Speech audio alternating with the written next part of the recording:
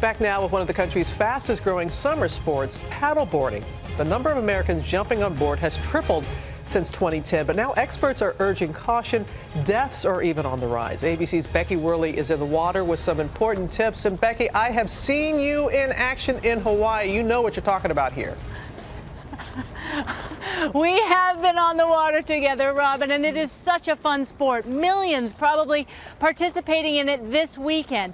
But warnings from the Coast Guard, a few precautions could save your life. Paddleboarding. One of the fastest growing sports in America. It seems so simple, yet experts say it can suddenly turn dangerous. I didn't prepare enough. Nancy Koopa says she was paddling back from the lighthouse in Lewis, Delaware, when a wave knocked her off her board. She wasn't wearing a life jacket or using a leash. The current swept her board away. I was way too far offshore for people that were sitting on the beach to be able to hear me. She says she would have drowned if a passing boat didn't rescue her. 15 paddleboarders died in 2016. 3 fatal accidents in just one weekend. And in many cases, an unknown danger. Wind played a huge part. To show you how the wind can wreak havoc, I become the experiment.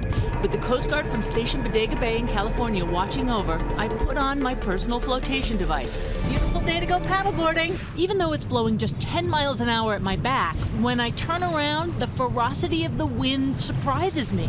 Getting back took me 3 times as long as the paddle out. Imagine if I'd gone further. Oh, man, did I have to work out there. I don't know how long I could keep that pace up. It's just scary. Then, to show how fast this can go from scary to possibly deadly, we wait for the wind to pick up. It's now howling, upwards of 18 miles an hour. After just a few minutes with it at my back, I am way out here. I've been on the board for 5 minutes and I'm already 700 yards from shore. It's so choppy, I have to get down on my knees to try and turn the board around and head back to shore. Oh boy, I am in trouble. The wind churns up the waves. Oh boy. I get back on the board, but the wind knocks me off. Boom, I'm in the water again. The Coast Guard pulls the plug for safety concerns. I'm certain I wouldn't have been able to make it back to shore. I just got my butt handed to me.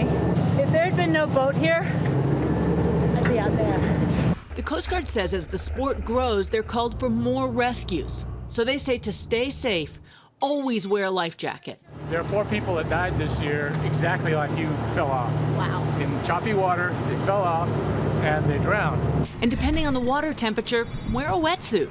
I'm putting one on now. What's the temperature, you think? 49 degrees. 49 degrees. That's take your breath away kind of water. And someone who's surprised will gasp underwater there, and that's when they drown. And in most cases, wear a leash. Here's what happened to me when I purposely fell in without wearing one. I go underwater. It's disorienting. Then trying to swim after the unleashed board, forget it. No chance. I can reach my board. Lucky for me, the Coast Guard, here to help.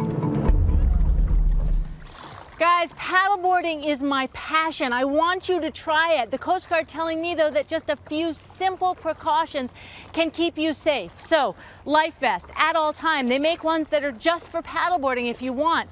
Leash. Keeping you with your board is your best chance at survival if something goes wrong.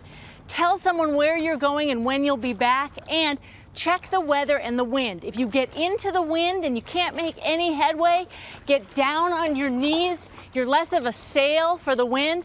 And if all else fails, put your paddle down and make like a surfer. Paddle your way home. So I want to see all you guys out on the water, okay? Yeah, that's right. Oh, Becky, you're fit and you're experienced. Going through this demonstration, what surprised even you? How cold the water was and how it affected me and my ability to, just even swim simply. I underestimated how that affects you. And they say cold water drowning's real. People gasp in and then they're in big trouble. All right, thank you, Becky. But I got to tell you, it was a sight every morning when we were down in Hawaii, a group of us, and she would come paddleboarding up to the house.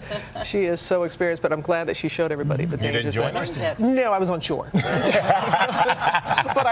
I appreciate it.